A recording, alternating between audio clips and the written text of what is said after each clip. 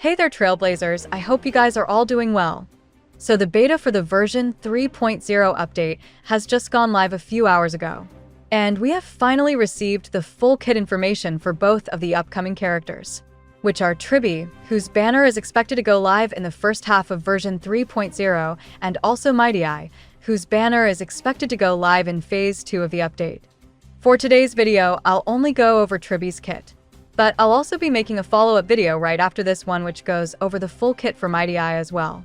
So if you haven't already, you can stay tuned for that video by subscribing to my channel.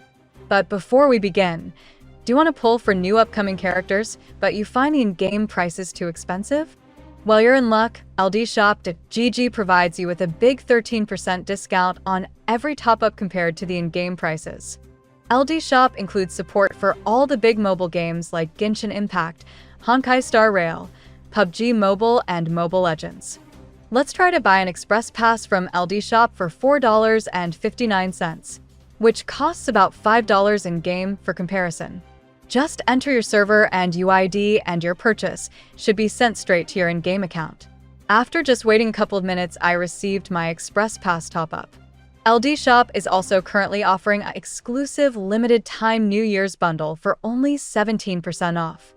This 17% off pack will be on sale randomly every day. And with my coupon, you can get this pack for only $79.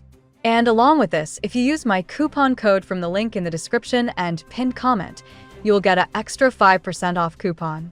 Additionally, LD Shop also offers a VIP membership for anyone that spends over $80 in a month. VIP members gain access to 3 special perks: a free Express Supply Pass, exclusive weekly coupons, and exclusive monthly coupons, which allows you to save even more money on your in-game purchases. Putting the sponsor aside, let's get right into the new info without wasting any more of your time. Starting with TRIBBIE's basic attack, which deals quantum damage equal to 30% of TRIBBIE's max HP to one designated enemy, and at the same time also deals quantum damage equal to 15% of TRIBBIE's max HP to any adjacent targets. So yeah, similar to Jade's basic attack, instead of only targeting one enemy, TRIBBIE's basic attack instead does blast damage to the main target and any enemies adjacent to it. Another thing to note about the basic attack is that much like the basic attacks from characters like Fu Xian and Lynx, TRIBBIE's basic attack scales with her max HP instead of her attack, which means it would do more damage compared to most other basic attacks from other characters, due to TRIBBIE's high HP scaling. Next is TRIBBIE's skill. After using this skill, TRIBBIE gains the Numinosity effect, lasting for 3 turns. The duration of this effect decreases by 1 at the start of this unit's every turn. Furthermore, when TRIBBIE has the Numinosity effect, it increases the all-type resistance penetration of all allies by 24%. This is a pretty self-explanatory buffing skill, as using it gives all allies in the party 24% all-type resistance penetration for 3 turns. And if you don't know what all-type resistance penetration is, it basically lets a character ignore a certain percent of damage resistance the enemy has to all elements, which in turn greatly increases the damage dealt to them. Moving over to the ultimate. Using it activates a zone and deals quantum damage equal to 30% of TRIBBIE's max HP to all enemies. While the zone lasts, enemy targets receive 30% increased damage. Furthermore, after an ally performs an attack, for every 1 target hit by the ally, deals 1 instance of additional quantum damage equal to 12% of TRIBBIE's max HP to the target that has the highest HP among the hit targets. This zone lasts for 3 turns, and its duration decreases by 1 at the start of TRIBBIE's every turn. Basically, activating this ultimate first does an initial hit of quantum damage to all enemies, and then deploys a special field called a zone for 3 turns. This zone not only increases the damage enemies take, but when an ally party member does attack, for every 1 enemy hit by the ally, the zone will do 12% additional quantum damage to the enemy present on the field with the highest HP. So, for example, the highest amount of enemies that can be present on the field is 5. So, if an ally's attack hits all 5 enemies, the zone will do 60% additional quantum damage to one of the enemies in the group with the highest HP amount. Next on the list is TRIBBIE's talent. which states that after an ally character in the party uses their ultimate, TRIBBIE launches a follow-up attack, which does quantum damage equal to 18% of TRIBBIE's max HP. This is a pretty simple talent, as after any ally character in the party besides TRIBBIE herself uses their respective ultimates, TRIBBIE will do a follow-up attack right after. One thing to note, however, is that the multipliers on the follow-up attack itself are rather low. So I do hope they buff up the numbers during the beta, as otherwise this follow-up attack won't be doing much damage compared to a lot of the other follow-up characters we currently have in the game.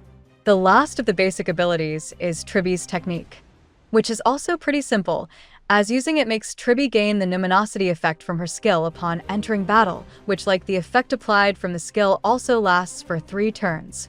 Now that we're done with the basic abilities, let's now go over TRIBBIE's 3 major traces.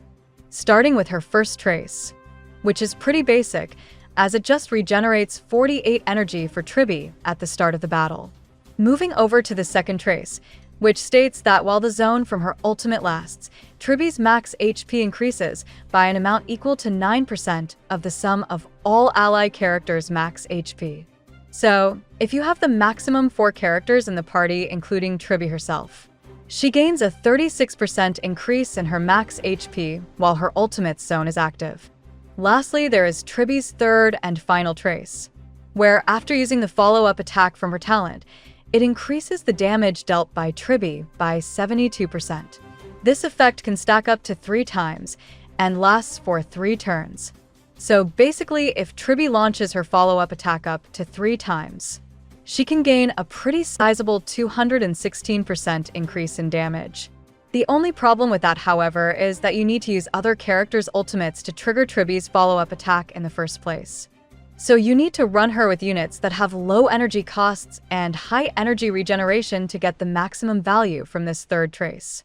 So that's pretty much all of the info for TRIBBIE's base kit. Let's now go over TRIBBIE's signature LIGHTCONE called If Time Were a Flower. Effect: increases the wearer's crit damage by 36%.